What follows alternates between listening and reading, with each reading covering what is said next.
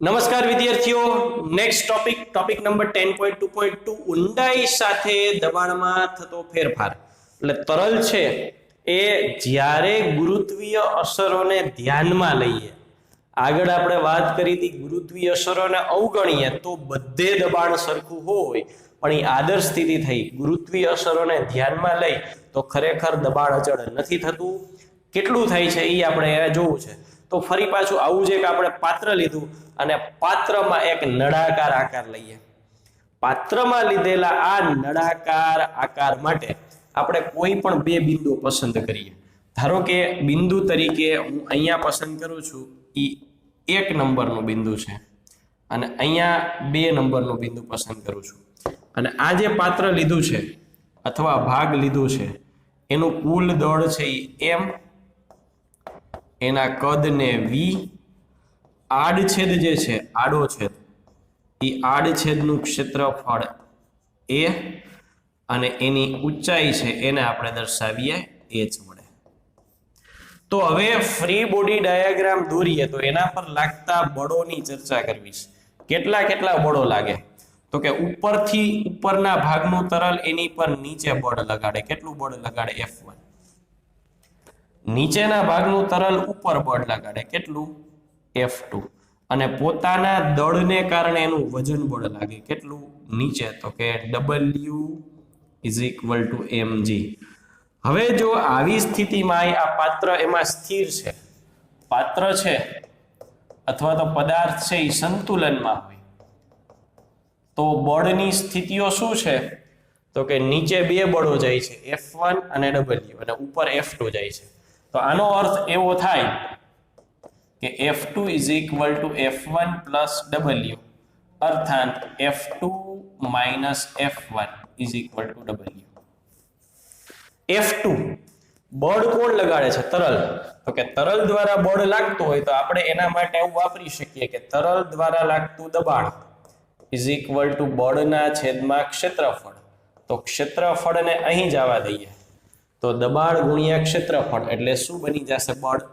તો અહીંયા લખીએ કે ભાઈ P2 ક્ષેત્રફળ કેટલું છે? a, એ તો આ સપાટીનું જેટલું છે એટલું જ અહીં છે, માઇનસ P1 a W તરીકે mg.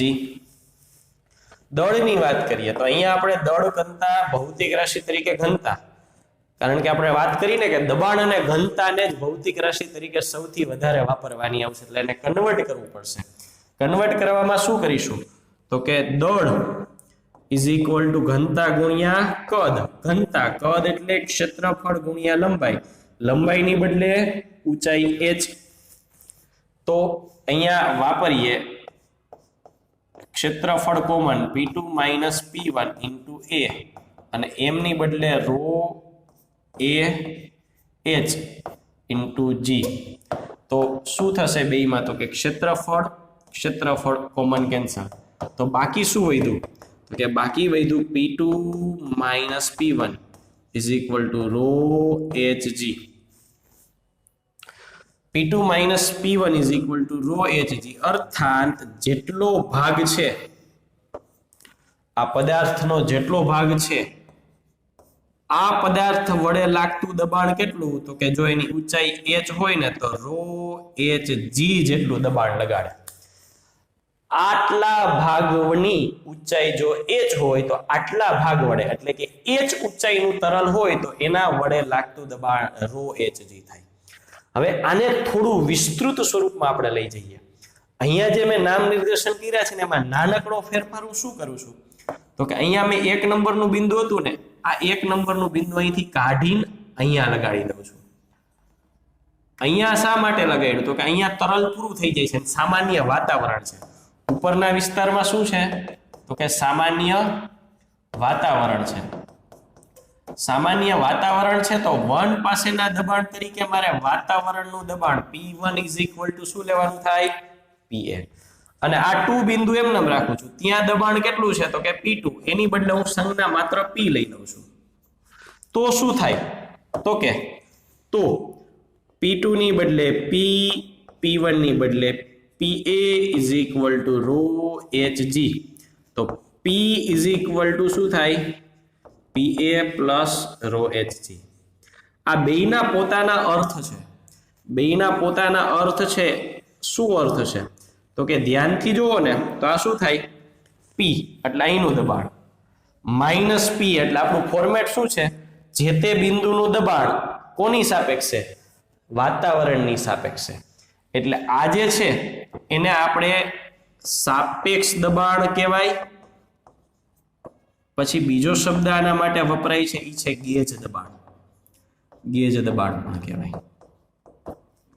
અને અહીંયા શું કર્યું? P એ આ બાજુ લઈ લીધું, કોઈની સાપેક્ષ નથી લીધું. કોઈની સાપેક્ષ નથી લીધું એટલે બધુંય લીધું. બધુંય લીધું એટલે આ જે દબાણ છે એને શું કહેવામાં આવે છે? નિરપેક્ષ દબાણ.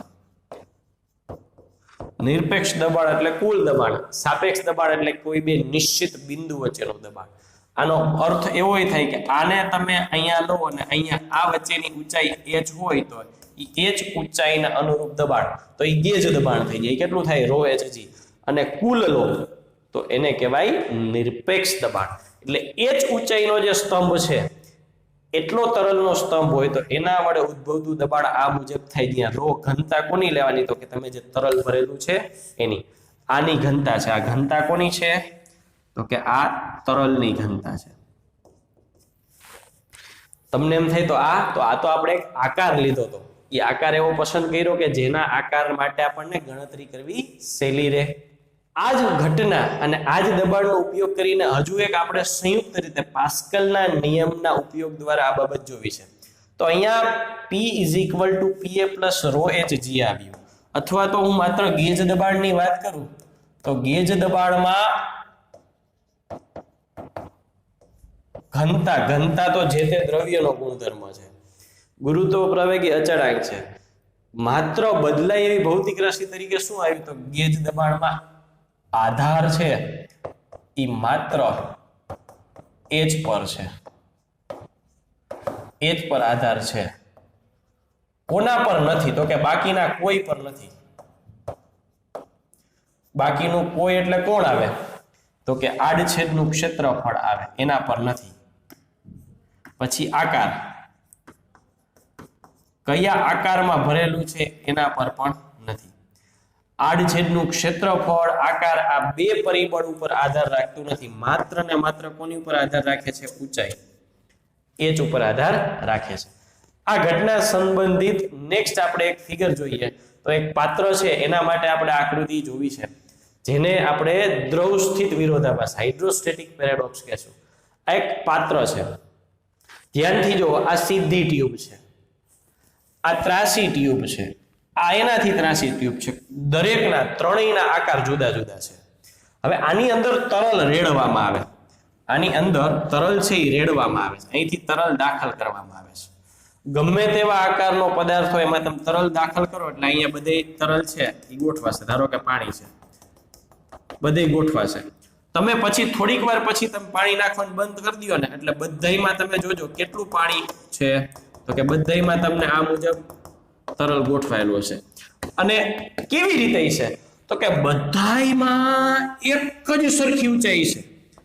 બધાયમાં એક જ સરખી ઊંચાઈ છે. જો બધાયના ક્ષેત્રફળ જુદા જુદા છે. આનું ક્ષેત્રફળ બદલા રાખે છે, આનું બદલે છે, આનું બદલે છે. ત્રણેયના આકારે જુદા જુદા છે. ગમે તે ક્ષેત્રફળ હોય, ગમે તે આકાર હોય, પણ ઊંચાઈ બધાયની સરખી છે. એટલે હાઇડ્રોસ્ટેટિક પેરાડોક્સ એટલે શું તો કે દબાણનો આધાર કોના કોના પર છે તો કે ઊંચાઈ h પર છે. ઊંચાઈ h પર છે. કોના કોના પર નથી તો કે આડછેદનું ક્ષેત્રફળ છે એના પર નથી.